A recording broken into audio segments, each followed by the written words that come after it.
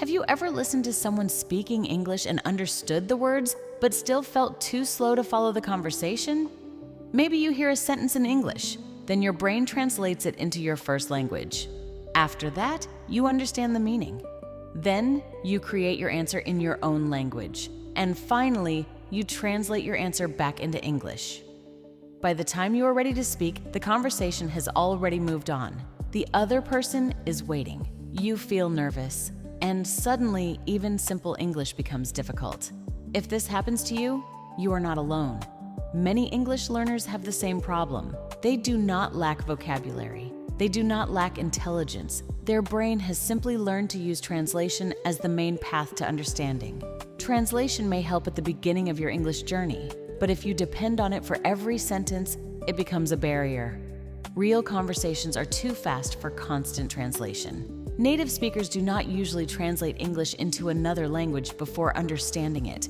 They connect English directly with ideas, emotions, images, actions, and situations. And this is the ability you need to build. In today's lesson, you will learn how to stop translating every sentence and begin understanding English more naturally. You will discover practical exercises that help your brain connect English directly to meaning. You will also learn how to respond more quickly, think in simple English, and follow conversations without mentally changing every word into your own language.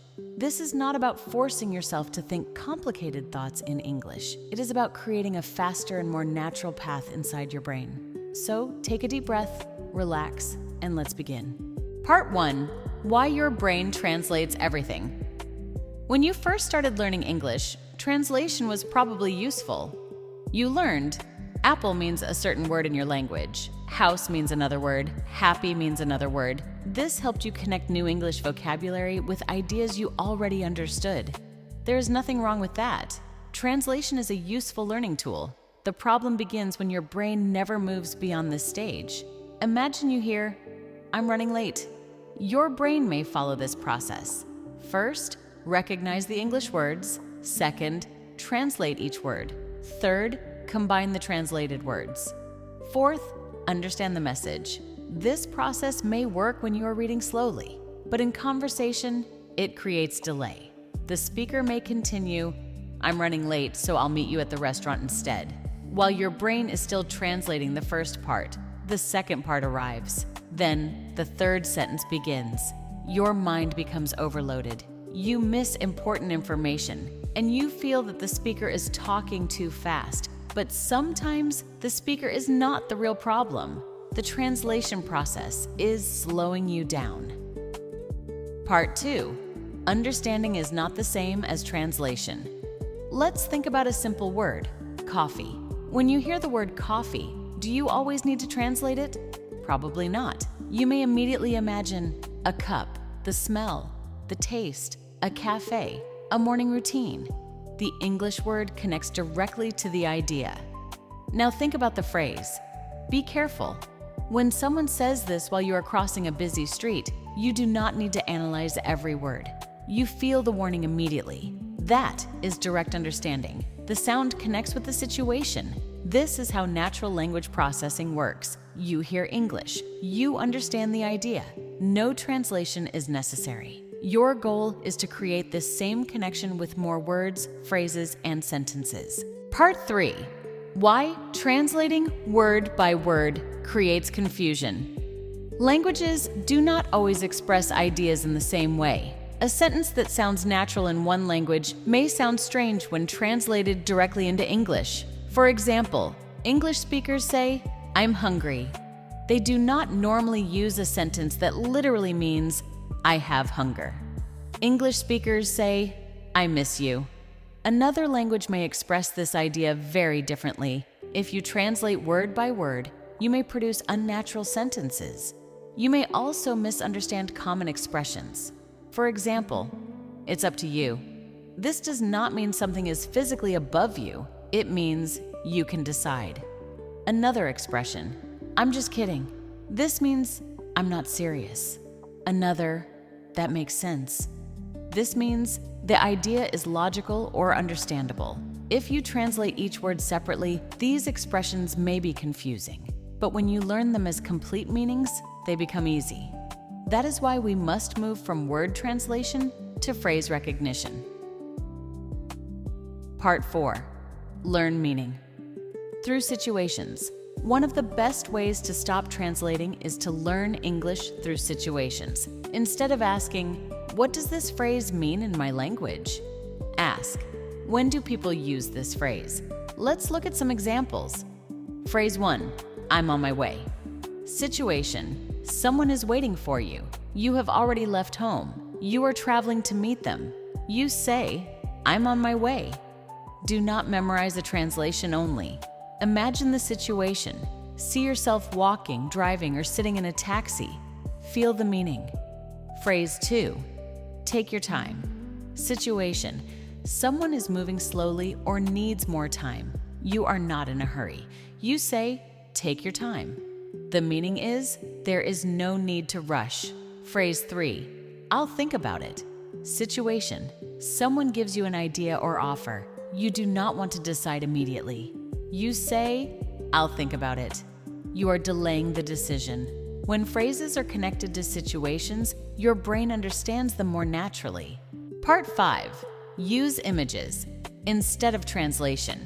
Your brain understands images very quickly. When you hear, a dog is running through the park, try to create a mental picture. See the dog, see the trees, see the movement. Do not translate the sentence. Visualize it. Let's practice. Sentence, a woman is waiting at the bus stop. Imagine the scene. A woman, a road, a bus stop. Maybe she is checking the time. Next sentence, a child dropped his ice cream. See the ice cream falling. Imagine the child's expression. Next sentence, the phone is ringing but nobody is answering. Hear the sound in your mind. Imagine the phone on a table. This exercise teaches your brain to connect English directly with meaning. Part 6. Start thinking in very simple English. Many learners believe thinking in English means creating long, perfect sentences inside their heads. That is not necessary. Start small. Use simple thoughts. When you wake up, think, I'm tired. I need coffee. It's cold today. When you leave home, think, I have my keys. I'm going to work. The street is busy. When you are eating, think, this tastes good. I'm still hungry. I need some water. These thoughts are simple, but they are powerful. You are training your brain to express everyday experiences directly in English. Do not worry about being creative. Describe what you see and what you are doing. Part 7. The 3-level thinking method. You can build the habit gradually using 3 levels. Level 1, single words. Look around and name objects in English. Door, table, phone, window, cup, shoes. This creates fast object recognition. Level 2, short phrases. Add simple descriptions. Open door, cold water, black phone, busy street, clean room. Level 3, complete sentences. Now create short sentences. The door is open. The water is cold. My phone is on the table. The street looks busy. I need to clean the room. Do this for a few minutes each day. Your brain will slowly become more comfortable operating in English. Part 8. Learn English definitions. When you find a new word, do not always search for a translation. Try to understand it through simple English. For example, exhausted means very tired. Generous means willing to give or share. Borrow means take something for a short time and return it later. Avoid means try not to do or experience something. Crowded means full of many people. Simple English definitions keep your brain inside English. You do not need advanced definitions. Use words you already know. Part 9. Learn complete chunks. Native speakers do not build every sentence one word at a time. They use familiar chunks. A chunk is a group of words that often appears together. For example, I don't think so, as far as I know. Let me check. That sounds good. I'm not sure. What do you mean? It depends. I'll let you know. When you learn these as complete units, you can understand and use them quickly. You do not need to translate each word. Let's practice. Repeat. I'm not sure. Again. I'm not sure. Now imagine someone asks, "Is the store open today?" You answer, "I'm not sure." Next phrase, "Let me check." Imagine someone asks, "What time does the movie start?" You say, "Let me check." Next, "That sounds good." Someone suggests, "Let's meet at 6." You answer, "That sounds good." The phrase becomes connected with the situation. Part 10. Stop asking, "What does every word mean?" You do not need to understand every word to understand a message. Imagine you hear, "I was going to join you, but something unexpected came up." Maybe you do not know the word unexpected, but you understand. The person planned to join. Something happened. Now they probably cannot come. That is enough to follow the conversation. Strong listeners use context. They do not stop after every unfamiliar word. They continue listening. Then they use the whole sentence to understand the main idea. When you focus on meaning instead of perfect translation, listening becomes easier. Part 11. Use the 1-second meaning test. Here is a useful exercise. Listen to a short English sentence, then ask yourself, "Can I understand the idea in 1 second?" Do not explain the grammar. Do not give a translation. Just feel the meaning. Sentence: "I forgot my wallet." What happened? The person does not have their wallet. Sentence: "She changed her mind." What happened? She made a different decision. Sentence: "We ran out of milk." What happened? There is no milk left. Sentence: "He didn't show up." What happened? He did not arrive. This exercise trains fast recognition. Part 12. Listen without subtitles. First, subtitles can be helpful, but they often encourage translation. You see the English sentence, then you translate it. Your eyes become stronger, but your ears remain dependent. Try this method. First, listen without subtitles. Focus on the situation and the main idea. Second, listen with English subtitles. Check what you missed. Third, listen again without subtitles. Now, connect the sound directly with the meaning. Avoid using translated subtitles during focused listening practice. Translated subtitles can pull your brain back into your first language. Part 13. Shadow. Without translating. Shadowing means repeating English immediately after the speaker. This exercise forces your brain to stay in English. You do not have time to translate. You listen, you copy, you continue. Let's practice. Repeat. "I'll call you later." Again. "I'll call you later." Next. "I don't know what happened." Again. "I don't know what happened." Next. "Do you want to come with us?" Natural version. "Do you want to come with us?" Again. "Do you want to come with us?" Next. "I'll let you know." Natural version. "I'll let you know." Again. "I'll let you know." Focus on sound, rhythm, and meaning. Do not analyze each word. Part 14. Respond in simple English translation often happens because learners try to create perfect answers. Someone asks, "What did you do this weekend?" You may want to give a detailed, impressive response. Your brain starts building a complex sentence in your own language. Then it tries to translate everything.